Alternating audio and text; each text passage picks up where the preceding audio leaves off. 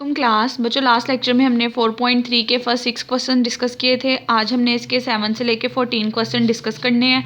जिस क्वेश्चन में जो फार्मूला यूज़ होगा, सबसे पहले मैं आपको वो फार्मूला बताऊंगी, फिर उससे रिलेटेड क्वेश्चन समझाऊंगी। अब देखें, क्वेश्चन नंबर 7 में है how many terms of the series. आपने बताना है कि इस सीरीज़ की टर्म्स में आपके पास 114 अमाउंट कब आता है।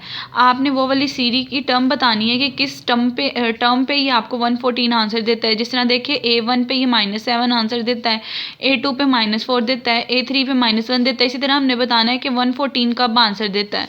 अब देखिए, यहाँ पे सीरीज़ की बात हो रही है और सीरीज़ के सम को हमने कैलकुलेट करना है।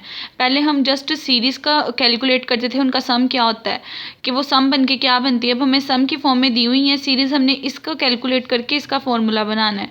आप लोगों ने फर्स्ट ईयर में जब अर्थमेटिक मीन, ज्योमेट्रिक मीन पढ़ा था, वहाँ पे आपने एक फॉर्मूला पढ़ा था ये वाला, कि अगर आपके पास अर्थमेटिक प्रोग्रेशन की बात हो रही हो, वहाँ जो सीरीज़ का सम होता है वो इक्वल होता है Sn = n/2 2a + n-1 × d। ये फॉर्मूला आपके पास होता था। अब यहाँ पे सीरीज़ के सम की बात हो रही है, सीरीज़ के सम की बात हो रही है, तो आप ये फॉर्मूला अप्लाई करोगे, n की वैल्यू निकालोगे, a की निकालोगे, d की निकालोगे, इसके अंदर पुट करके वो सीरीज़ बता दोगे। ठीक है। अब देखें, इससे रिलेटेड क्वेश्चन नंबर 7 था आपके पास। क्वेश्चन नंबर 7 में उन्होंने हमें कहा था कि आपने बताना है, देखिए सबसे पहले ये पीछे है आपके पास, आपने बताना है कि 114 अमाउंट इसका टोटल सम कब बनता है। यानी यहाँ पे जो Sn है उसकी वैल्यू देखिए आपको क्या दी हुई है, 114। अब 114 वैल्यू दी हुई है, उसके बाद देखिए मैंने ये फॉर्मूला लिख लिया।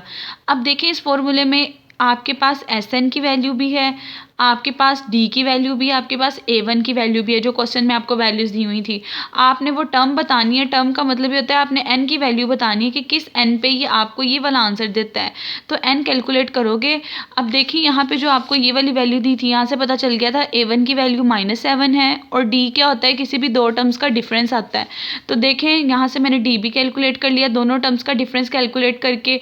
D का फॉर्मूला आपके पास क्या होता है, A2 - A1। ठीक है। और A2 की वैल्यू आपके पास -4 थी, -A1 की वैल्यू -7 थी। इधर से कैलकुलेट करके आपने D की वैल्यू भी निकाल ली। अब आप D की वैल्यू भी इसके अंदर पुट कर दोगे, A1 की जो वैल्यू थी वो भी पुट कर दोगे, Sn की वैल्यू भी पुट कर दोगे। करने के बाद आप सिंप्लीफिकेशन करके जस्ट n कैलकुलेट करने की कोशिश करोगे। 2 दूसरी साइड पर लेके चले गए, उसके बाद अंदर मल्टीप्लीकेशन की सिंप्लीफाई करके बेसिकली आपके पास इक्वेशन में एक में चेंज हो गया। अब ये देखिए, क्वाड्रेटिक इक्वेशन है, इसे आप क्वाड्रेटिक फॉर्मूले से भी कर सकते हो, फैक्टर बना के भी कर सकते हो।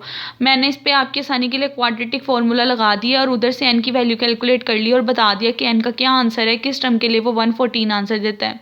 तो देखें, क्वाड्रेटिक फॉर्मूला आपके पास क्या होता है, -b + -b² - 4ac / 2a।